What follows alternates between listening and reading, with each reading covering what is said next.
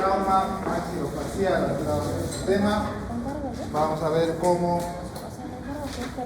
valorar a un paciente con posible trauma maxilofacial, cómo se presenta clínicamente.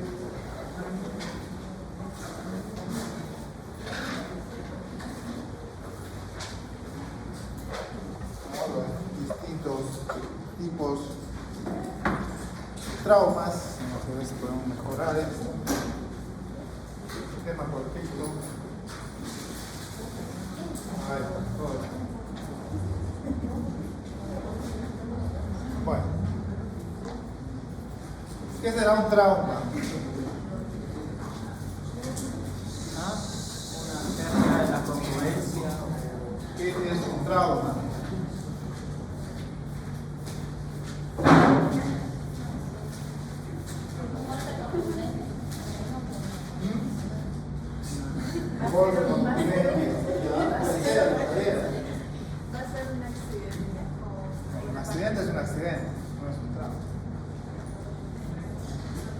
¿Será un trauma? No necesariamente. ¿Qué será un trauma?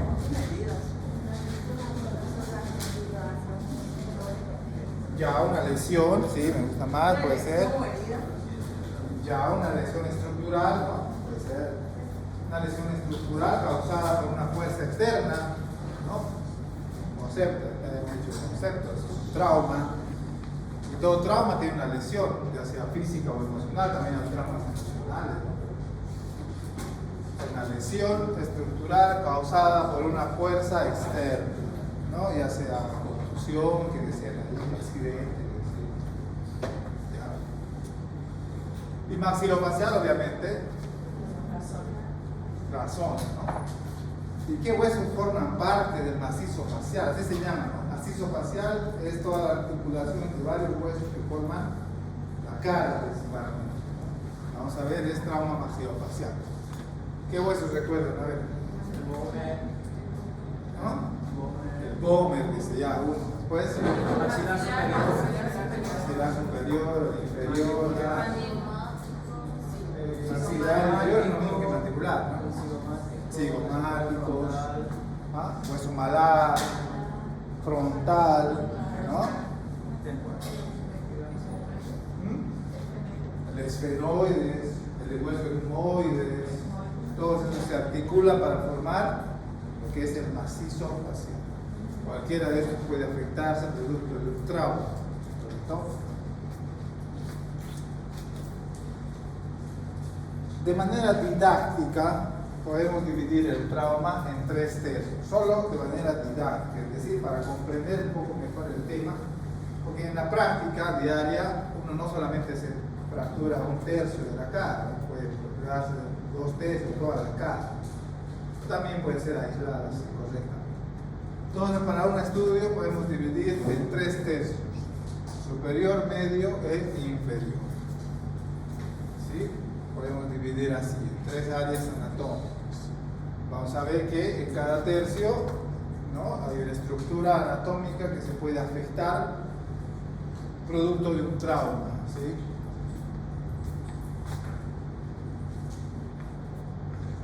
Entonces vamos a dividir en 3 tercios. El tercio superior,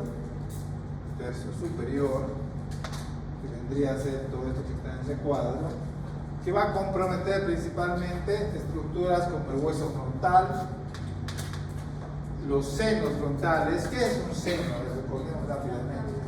Una cavidad, muy bien, es un espacio entre las tablas de un hueso, ¿no? Ese es un seno. ¿Qué otro seno aparte del frontal hay? Seno occipital, ¿habrá seno occipital? ¿Recuerdas? Seno frontal, seno maxilar, senos etmoidales, ¿sí? Bueno, también parte del tercio superior es el etmoides, los huesos que conforman la parte de la órbita. Ustedes saben que las cavidades orbitarias son la articulación de varios huesos, ¿cierto? Y también involucra no solamente partes óseas, sino también partes blandas, ¿no? Los párpados, la vía lacrimal, hacen parte del tercio superior. O sea, cuando hay una lesión, por decir solamente en este tercio, un trauma en este tercio, hay que pensar que cualquiera de estas estructuras se puede ver afectada, ¿no? Bueno, entonces luego tenemos el tercio medio. Tercio medio, que va a estar dado principalmente por el maxilar superior, hueso maxilar superior. Cuando se afecta solo el tercio medio de la cara, el hueso más comprometido es el tercio, bueno, es el maxilar superior, ¿cierto? Entre otras cosas también el hueso malar, la nariz es importante. Vamos a ver que eso sí es generalmente una agresión física, por ejemplo, ¿no? Una pelea, qué sé yo, a veces así se puede afectar solo la nariz, ¿no? Porque es el lugar más expuesto de la cara, ¿no? Entonces, vamos a ver cómo se hace para valorar solamente la nariz, ¿no? Bien, y luego el tercio medio, bueno, luego del tercio medio tenemos el tercio inferior, que va a estar dado principalmente por qué hueso. El hueso mandibular o maxilar inferior, ¿no? Mandibular o maxilar, así se llama, ¿no? Mandíbula o maxilar inferior. Y obviamente parte también del tercio inferior va a ser los labios, la lengua, la cara dental inferior, ¿no? Que los dientes también se pueden afectar, ¿no? Cada diente puede ser susceptible a una fractura, una lesión traumática. Bien, así vamos a dividir para este estudio los traumas, 3 tercios. Pues no olviden que una fractura puede ser, en la vida real, como les decía, una fractura puede abarcar tercio medio, superior medio, toda la cara prácticamente, ¿no? De esos accidentes aparatosos, ¿no? Que generalmente hay, generalmente los accidentes de moto, ¿no? Los más graves, ¿no? Más que en nuestro medio no tenemos la cultura de usar mucho el casco, ¿no? De seguridad, así que se dan unas fracturas tremendas. Bien, las causas, el 80% ya les decía, accidentes de tránsito, ya sean en moto, ya sean en automóvil, ¿no? Ya sea en calidad de conductor de moto, en calidad de pasajero, en calidad de peatón. El 20% restante, agresiones, ¿no? Asaltos, ¿no? Agresiones con arma de fuego, accidentes domésticos, accidentes deportivos, ¿no? Accidentes laborales, ¿no? Pues las causas principalmente en nuestro medio, accidentes de tránsito. Bien, independientemente de la causa, se va a manifestar por qué situaciones. ¿Cuál es el motivo por el cual el paciente acude a dolor? El trauma produce dolor, ¿cierto? En el lugar mismo del incidente, en el lugar mismo del impacto, o también dolor referido puede ser. Dolor va a ser el principal síntoma, ¿no? Por el cual el paciente acude a la consulta. También va a haber algunas alteraciones como la equimosis, hematomas. ¿Será lo mismo decir equimosis que hematoma? No, no es lo mismo. Ya, muy bien. ¿Qué es una equimosis? ¿Y qué es un hematoma? El hematoma está más fácil, ¿no? Oma es siempre tumor, colección, ¿no? Hematoma es una colección de sangre, ¿correcto?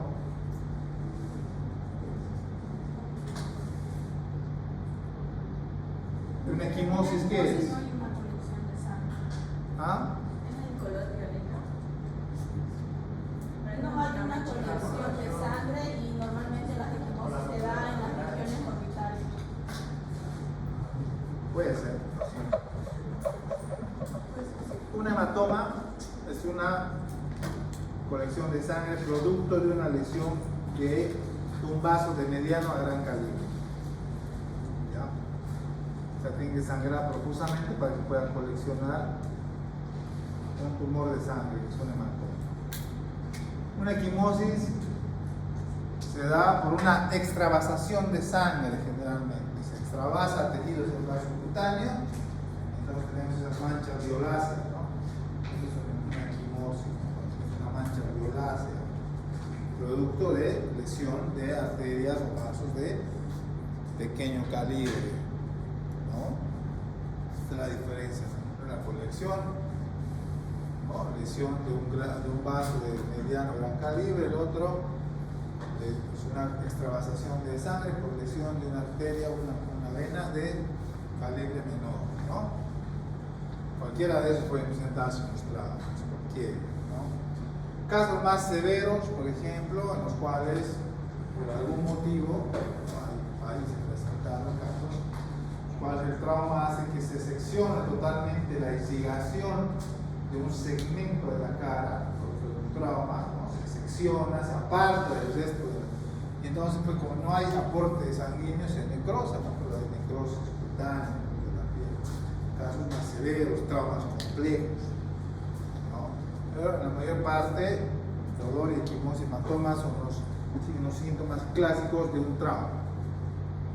Ahora bien, hay que recordar también que así como los traumas no solamente involucran un tercio medio, superior y inferior, los traumas maxilofaciales también vienen asociados a otros tipos de trauma, ¿no? Trauma cervical, ¿no? Trauma medular, trauma cráneoencefálico, ¿no? Por ejemplo, el 40% de los traumas maxilofaciales siempre se acompañan de un trauma cráneoencefálico, ¿no? O en el 20% de los casos siempre se acompaña de un trauma abdominal, ¿no? O trauma en miembros superiores e inferiores, el tórax, ¿no? Siempre a veces van acompañados.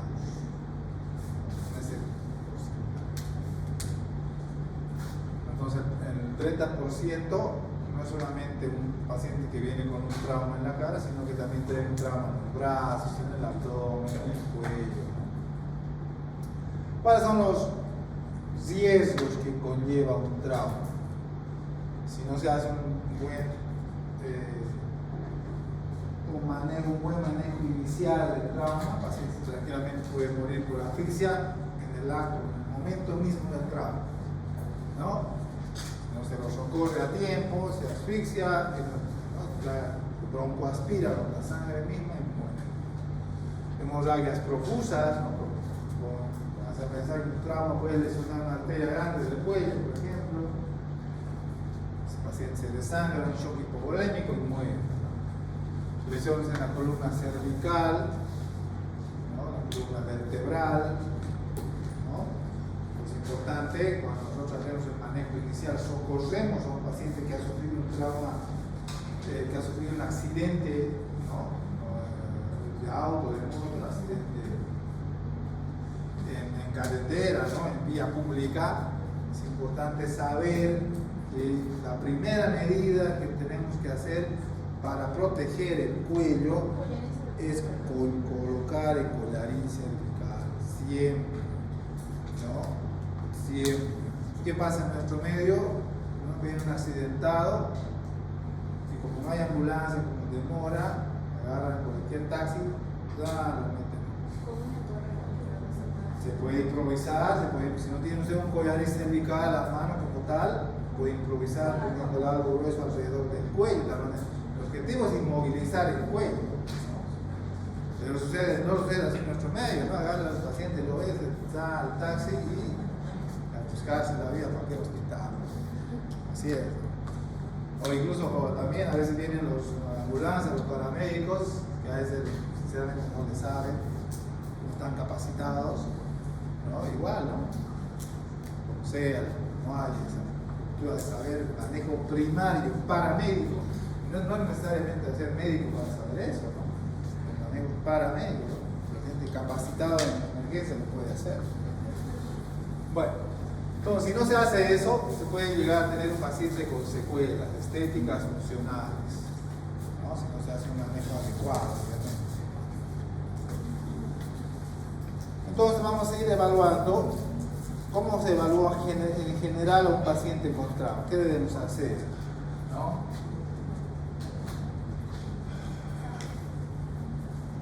Y obviamente nosotros sabemos que el manejo del trauma es el ABCD, ¿no? A, B, C, D, aérea.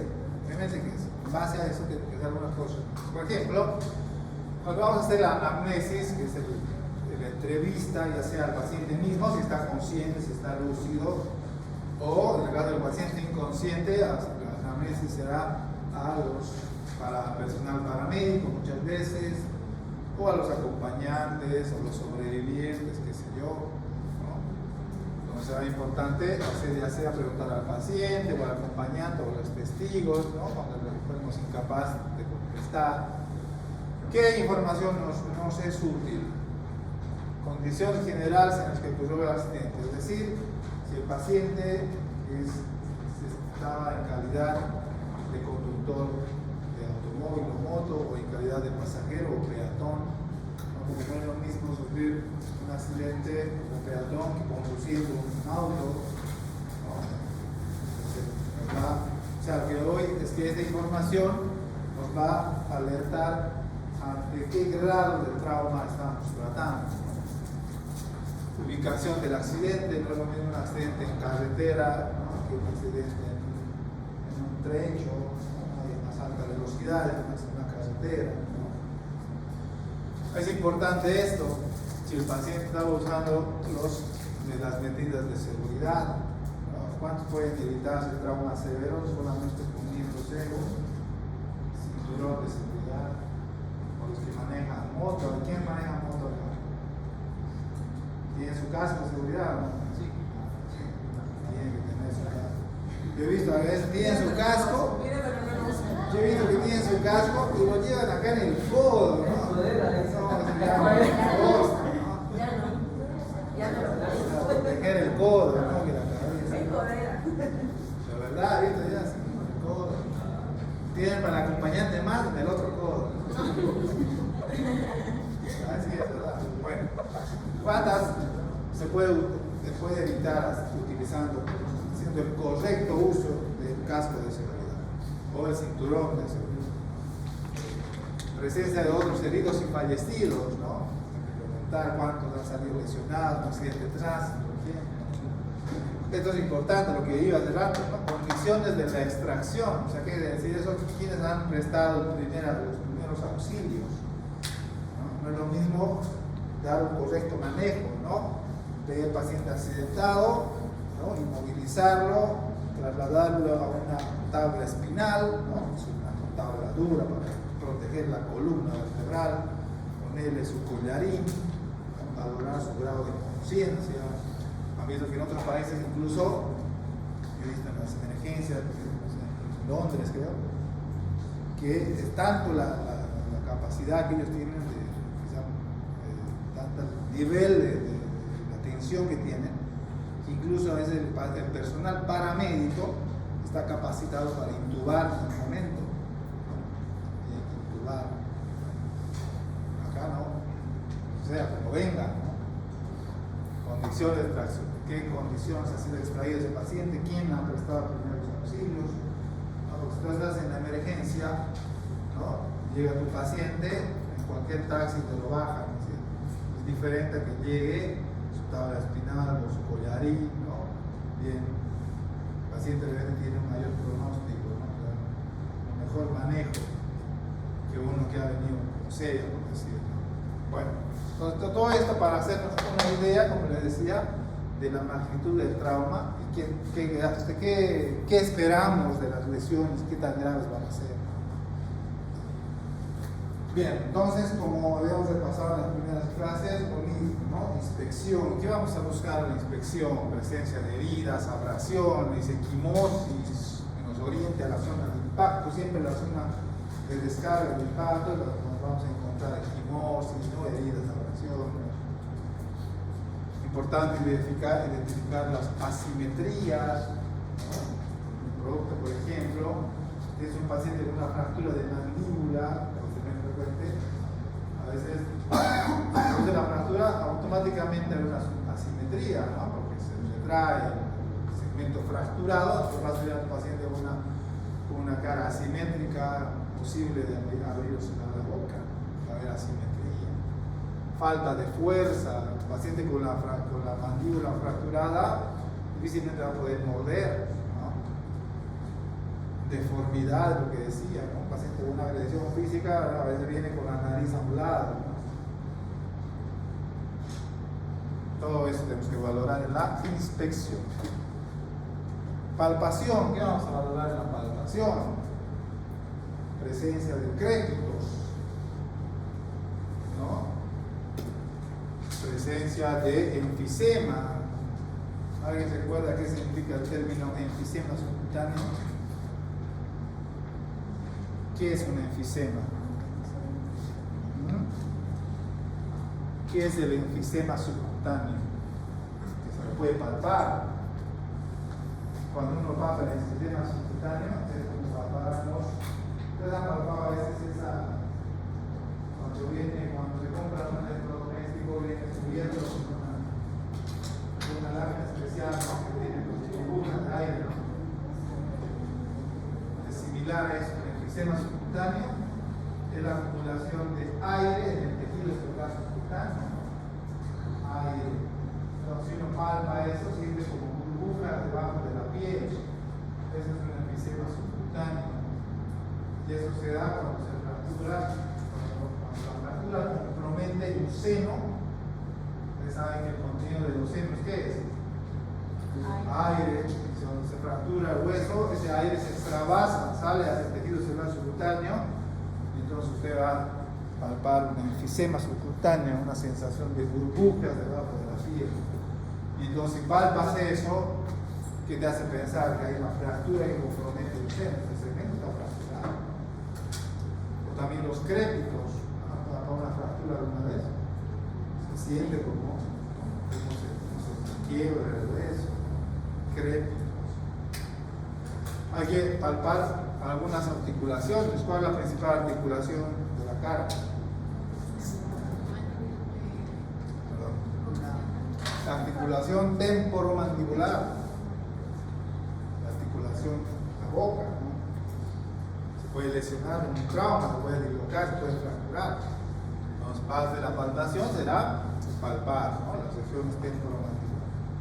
Entonces, podemos hacer una secuencia. Aquí les voy a mostrar qué secuencia podemos hacer para palpar a un paciente. Miren,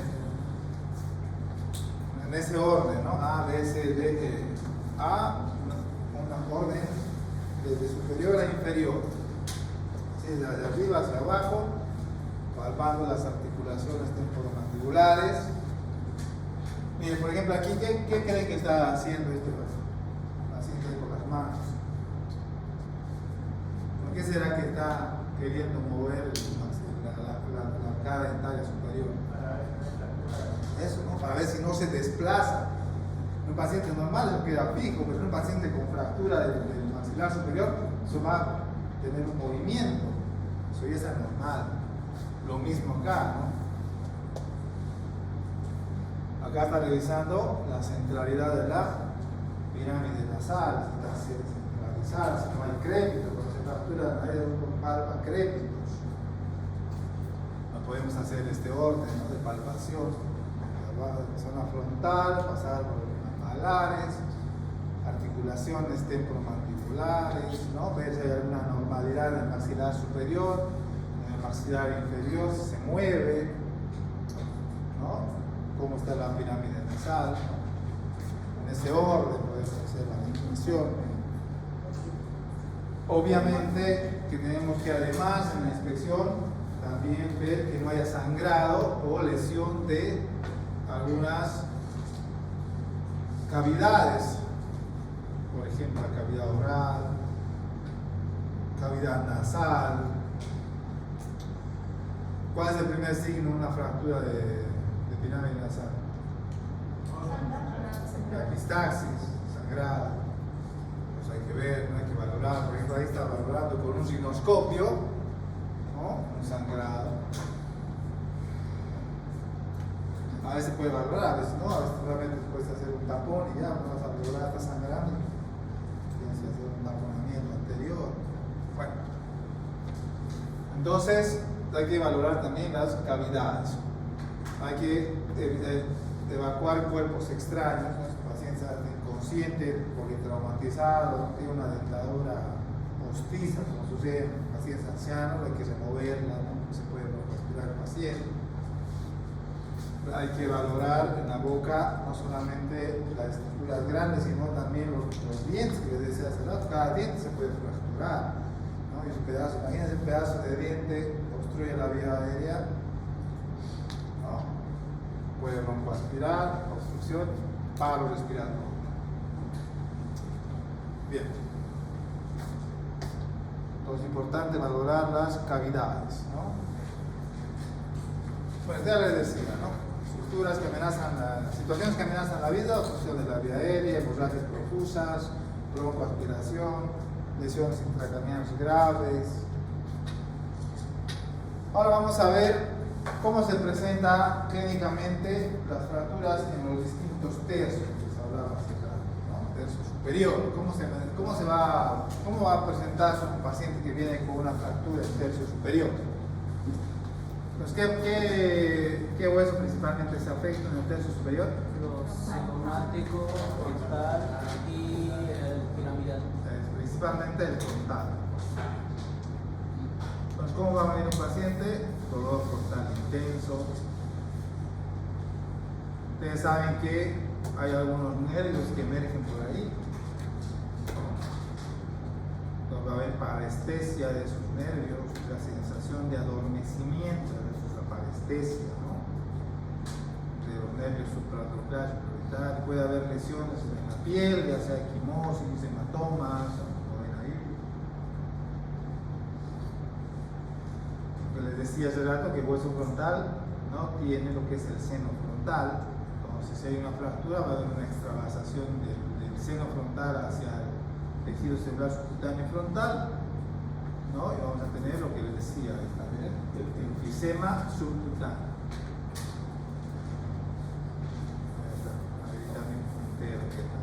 Enfisema subcutáneo.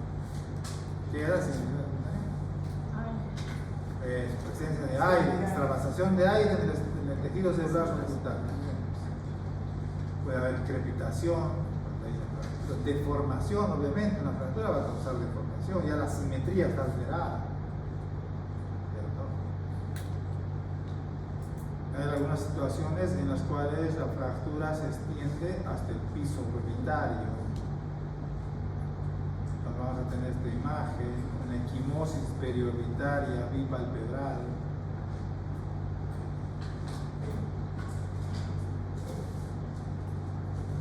Incluso puede el proceso inflamatorio producto de un trauma, ¿no? Puede comprimir los globos oculares y presentar alteraciones en la movilidad de los ojos, inclusive.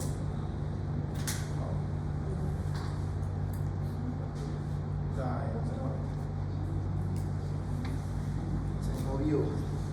Bueno, pregunta hasta acá, duda.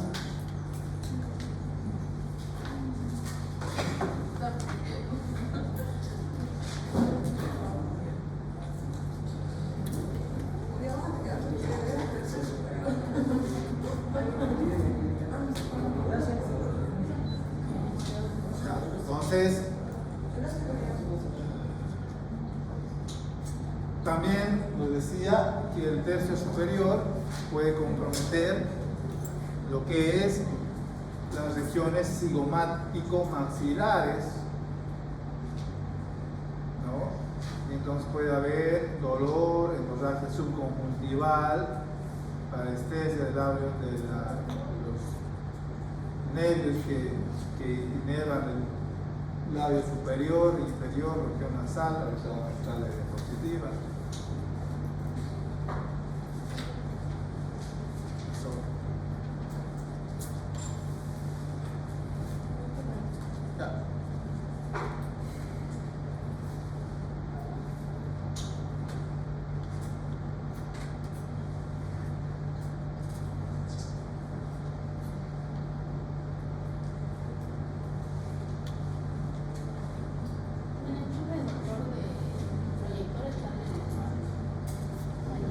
está parpadeando, bien. No sé por qué parpadea.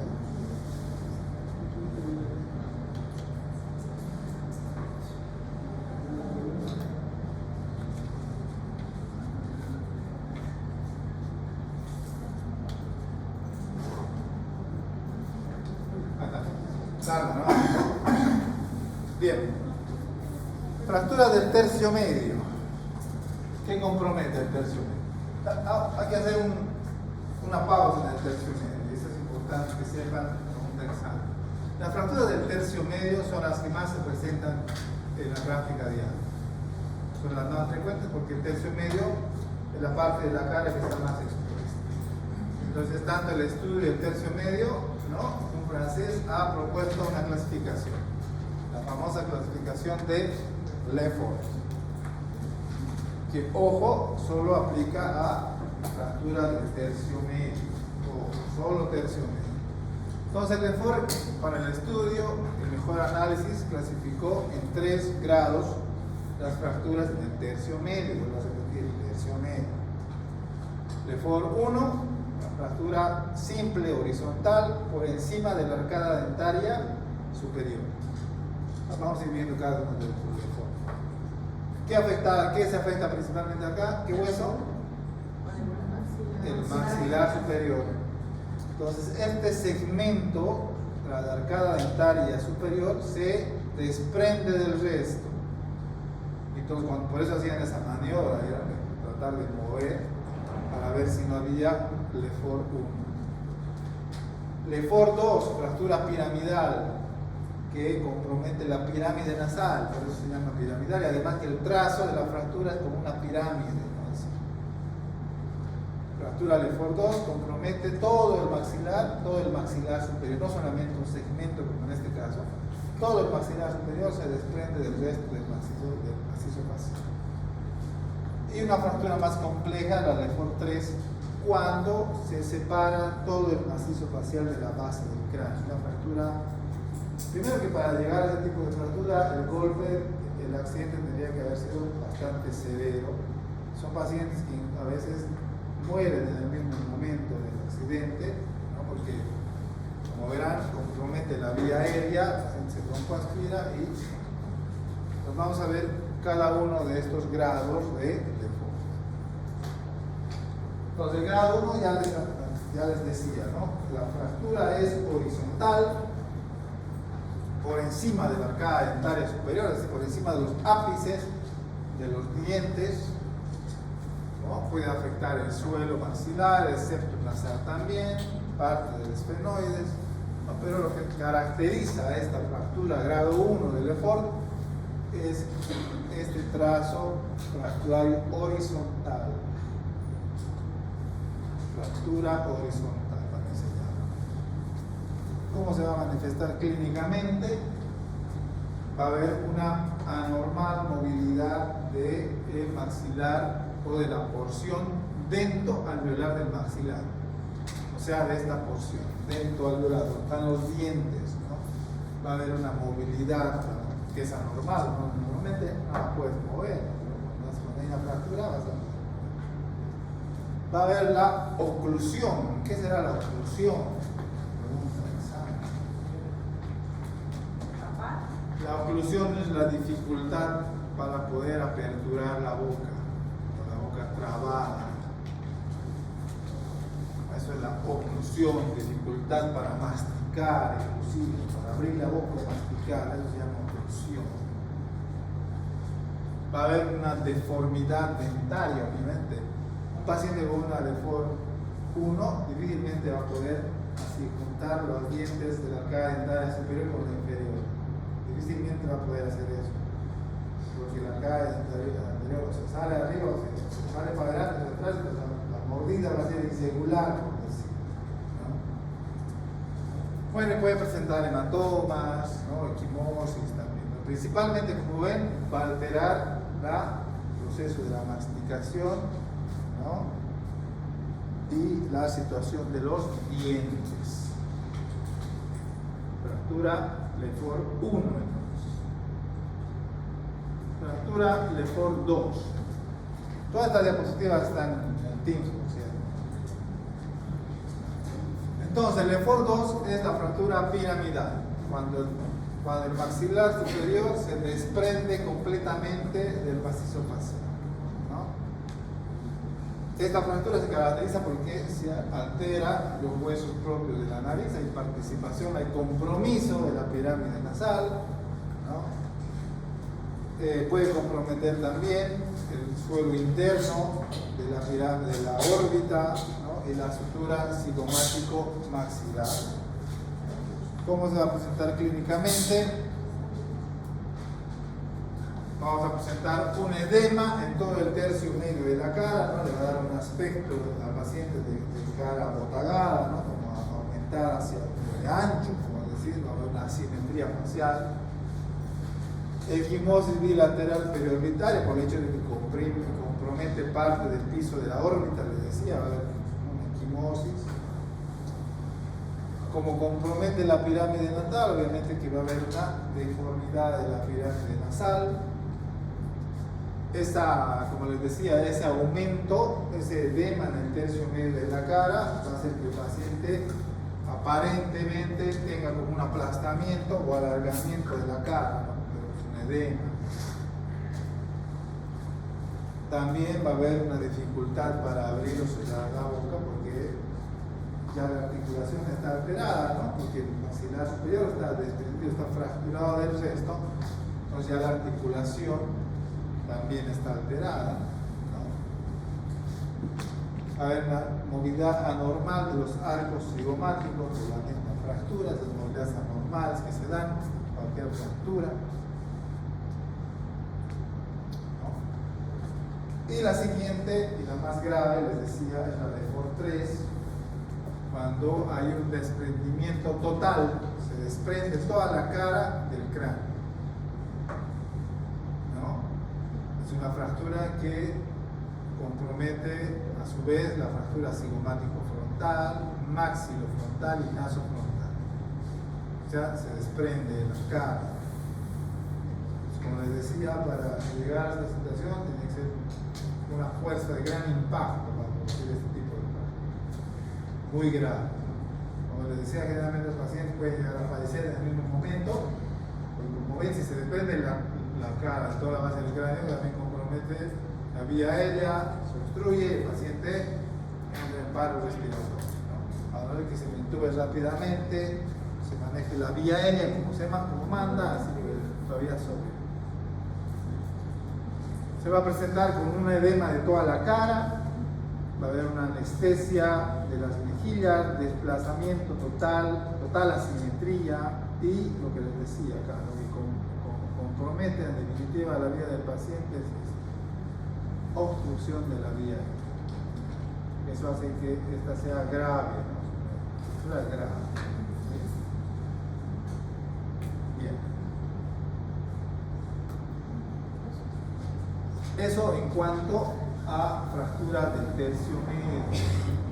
Vuelvo a repetir, la explicación del EFOR solo es para fractura del tercio medio. Y tenemos las fracturas del tercio inferior que tienen que ver sobre todo con qué hueso, la mandíbula, las fracturas de mandíbula sí pueden ser aisladas, en la mayor parte, a veces por agresión física, ¿no?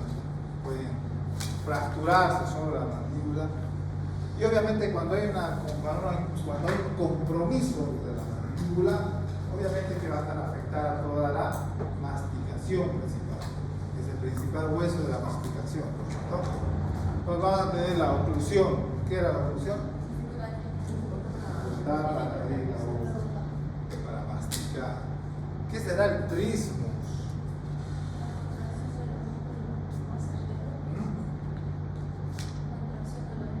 Eso, la contracción permanente de un músculo. En este caso, ¿cuál es el principal músculo de la masticación?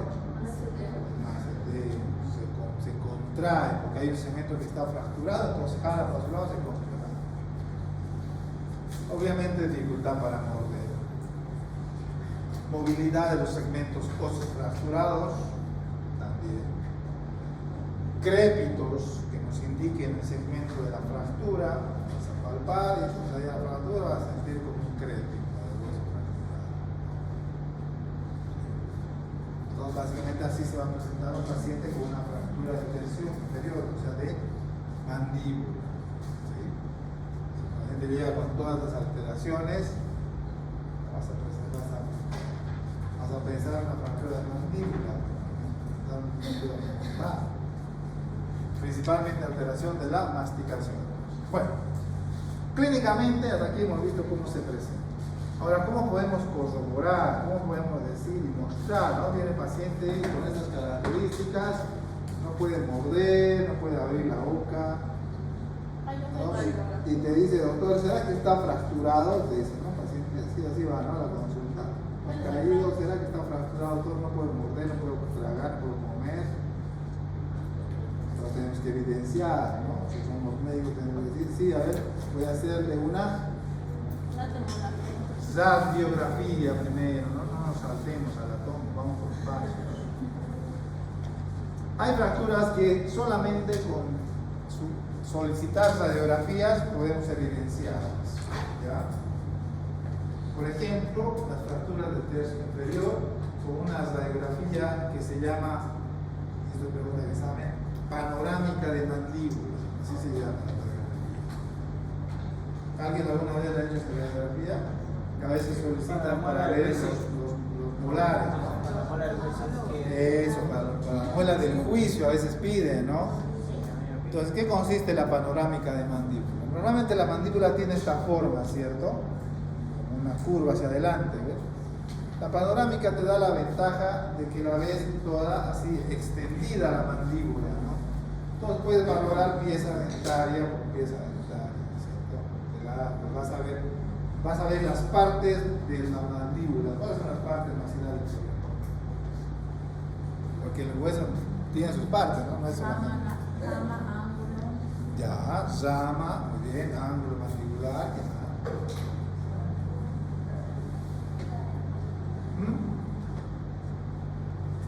Tiene su parte, ¿no? Entonces vas a poder ver ahí en extenso, vas a poder mostrar al paciente, mire, doctor, señor, aquí se ha fracturado en la rama. La fractura ha sido sinfisaria, o sea, parte media. Su fractura ha sido parasinfisaria derecha. ¿Qué es eso? O sea, fractura paralela a la sínfisis, lado derecho. Así, con propiedad. Así tiene que darle el diagnóstico al paciente, ¿no? No le va a decir, se ha fracturado la mandíbula y listo. Eso espera de nosotros el paciente, ¿no? O si no, se va al huesero, ¿no? Al huesero, el huesero hasta pone yeso ahora, ¿no? Ahora ha evolucionado el huesero, ahora pone yeso ya. Antes solo era Gucci, le decía, ¿no? Ahora ya pone yeso. Está grave la competencia. Y entonces lo que iba es que las radiografías, con solamente pedir algunas radiografías podemos evidenciar algunas fracturas. Por ejemplo, fracturas de tercio inferior y frontal o pirámide nasal, solamente podemos pedir radiografías y más que suficiente para evidenciar una fractura. Pero fracturas complejas, principalmente el tercio medio, una radiografía a veces es insuficiente. Entonces ahí sí debemos acudir a una tomografía. Ahí sí justifica tercio medio o fracturas que involucran más de un tercio, superior, medio, inferior, ¿sí? Porque si su paciente viene con una fractura de mandíbula, no le vas a mandar una tomografía con reconstrucción 3D. Suficiente una panorámica y atiéndose el diagnóstico. Bueno, hay algunas proyecciones que tal vez hoy en día se están dejando de lado, pero es necesario saber, es fundamental. Así no nos convertimos en pedidores de tomografía para todos. Por ejemplo, la radiografía de Caldwell es una proyección. Esto es la técnica, la conocen los radiólogos técnicos. Ustedes solamente solicitan la radiografía de Caldwell. Ya el radiólogo sabe cómo tiene que ubicar al paciente. ¿Qué nos va a mostrar la radiografía de Caldwell? va a mostrar esta imagen. ¿Qué vamos a poder valorar en esta imagen? Principalmente el hueso frontal de los senos frontales. Aquí están los senos frontales. Ahí cuando vayan a la práctica, yo tengo la radiografía, les voy a mostrar qué es un seno frontal normal, cuando es un seno fracturado, qué buscamos en una fractura, qué signos directos, indirectos, qué es un hemoseno, cómo identificamos un hemoseno. Lo básico en radiología, ¿qué es? ¿Cómo se interpreta una radiología? ¿Cuál es la terminología? Las densidades. Eso, radiolúcido, radiopaco, no hay más. Todo lo que es aire es radiolúcido, todo lo que es hueso, parte blanca es radiopaco. No sé lo básico que tenemos que saber para podernos entender, ¿cierto? Normalmente los huesos son imágenes radiolúcidas, normalmente los senos, porque son contenido de aire.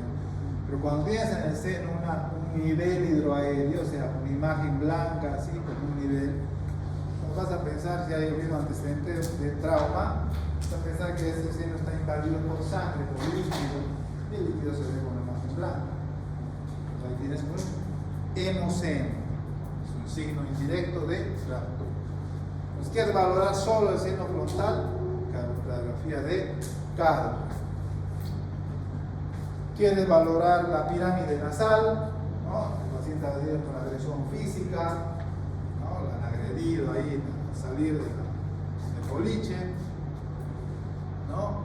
El paciente vino alterada la simetría de la pirámide nasal, epistaxis, ¿no? Le dice, doctor, está fracturado, no, porque lo voy a demandar a fibros. Entonces, ¿qué vas a pedir? Radiografía de Batters. ¿Quién te va a mostrar la radiografía de Batters? Ahí está. La pirámide nasal, todos sus esplendor, ¿no? Bueno, la imagen no es de las mejores. Lo vas a ver aquí. La pirámide nasal, el tabique. ¿Cómo se toma esta radiografía? Sí, bueno, soy algo aparte. Yo como digo, saben, ustedes solamente tienen que pedir, solicito radiografía de Batters. Entonces, ¿qué vamos a ver para valorar exclusivamente la pirámide nasal? Si hay fractura o no hay fractura. ¿Okay? Otra proyección es la radiografía de Town. Radiografía de Town. Esta nos va a poder mostrar la región condilia y subcondilia de la articulación temporomandibular, de la articulación que más sufre en un accidente, le decía, ¿no? Es la que más propensa a dislocarse o fracturarse, ¿no? Nos va a mostrar eso, también el piso de la órbita, principalmente articulación temporomandibular. Queremos ver la base del cráneo, una radiografía de Hills. Radiografía de Hills para ver la base del cráneo, pregunta examen. O los arcos sintomáticos también. Los pómulos que llamamos coloquialmente son los arcos sintomáticos. Cuando a alguien le dan un piñete y se pone de costado, trata de batir, generalmente le dan ahí, ¿no? Para ver si hay fractura o no. Radiografía de Hills. Hay una radiografía, esta, que es importante también, que además de la que les mencionaba hace rato, que era la panorámica de mandíbula, nos sirve también para valorar. Vean aquí, podemos valorar toda la silueta del maxilar inferior. ¿Sí? Vean ustedes ahí, ¿no? El paciente viene con sospecha de fractura del maxilar inferior, ¿no? Además, o si en caso no puede pedir la panorámica de mandíbula, porque a veces es una radiografía especializada, se hace con un equipo especial de barrido. Si no puede solicitar, puede pedir esta otra, ¿no? Una radiografía póstero anterior de cráneo, PA de cráneo. Entonces, el radiólogo le va a mandar esta imagen. ¿Qué vas a valorar? Toda la silueta del maxilar inferior. ¿Cómo se ve una fractura radiológicamente? Va a haber una solución de continuidad, se llama, ¿no? no se va a dibujar en un solo trazo toda la silueta, sino va a haber una asimetría, una falta de continuidad. ¿Sí? Eso. Entonces una postura anterior de cráneo, a lo que no vas a poder valorar en esta, por ejemplo, va a ser las piezas dentales, ¿no? Están superpuestas. Difícilmente vas a valorar aquí si haya habido pérdida o fractura de la raíz de un diente, ¿no? Una pieza dentaria. Por eso es que justamente se pide la panorámica de mandíbula. ¿Sí? Bien. Entonces ahí les anotécnicos, ¿no? Panorámica de mandíbula, la ideal para fracturas de maxilar inferior. Y en fracturas complejas o en el tercio medio complejo, tercio medio superior, pues en esa sí usted está justificado a pedir y solicitar una tomografía. Estoy buscando la imagen tomográfica. Y hoy en día, bueno, esta es una imagen tomográfica, ¿no? Esta es una imagen tomográfica de, por ejemplo, el etmoide, así se ve el etmoide tomográficamente, ¿no? Ustedes saben que la tomografía puede hacer cortes axiales, ¿no? Cortes coronales. O sea, obviamente que la tomografía te da más detalles de una estructura ósea, ¿no? Y es por eso que hay que pedirla cuando es el tercio medio, porque difícilmente una radiografía te va a poder mostrar una fractura. Pero lo que voy es que hoy en día la tomografía ha evolucionado tanto que puedes hacer ahora reconstrucciones en 3 dimensiones, ¿no? Por ejemplo, miren esa. ¿Qué vendría a ser eso?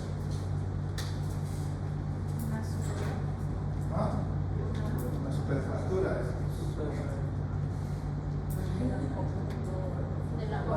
¿Qué pasa cuando te fracturan todos los huesos de la cara? ¿Qué se llama? Polis son muchos. ¿Cuál es el término que utilizamos para decir todo está fracturado?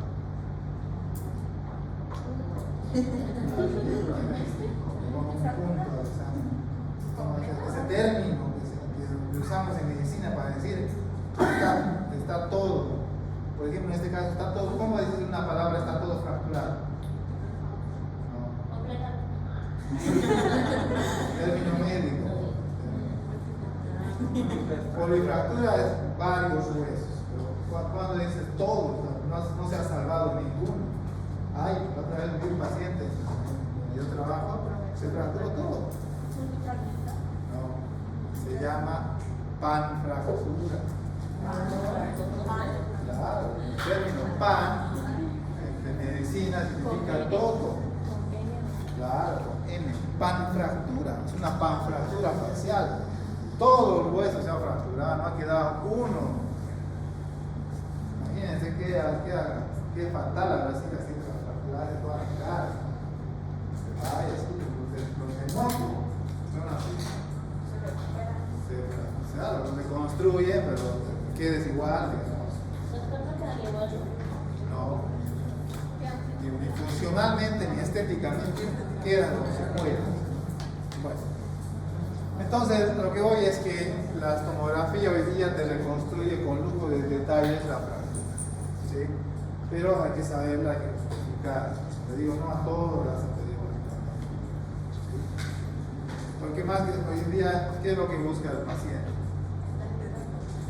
No, más que eso, el bolsillo, pues, ¿no? La economía, después no tiene acceso a la tomografía. Entonces, ahora pues, cuando justifica, sí, ¿no? Pedirle, si el paciente no tiene las soluciones que se les hace. Pero fracturas tercio medio, fracturas complejas que involucran 1, 2 o más tercios, tomografía. No sirve las radiografías, solo las proyecciones que les mostré son para ver segmentos específicos de la cara. Solo maxilar, pirámide, cigomático, base del cráneo. ¿No? Pero hay que saber. ¿Sí? Preguntas acá, dudas. Doctor, entonces si, por ejemplo, en una fractura se considera algún hueso del tercio superior y del tercio medio, ya podemos hablar de que es una fractura compleja. Sí, exacto. Cuando abarcas cuando abarca dos o más tercios. Exacto, muy bien. ¿Qué más?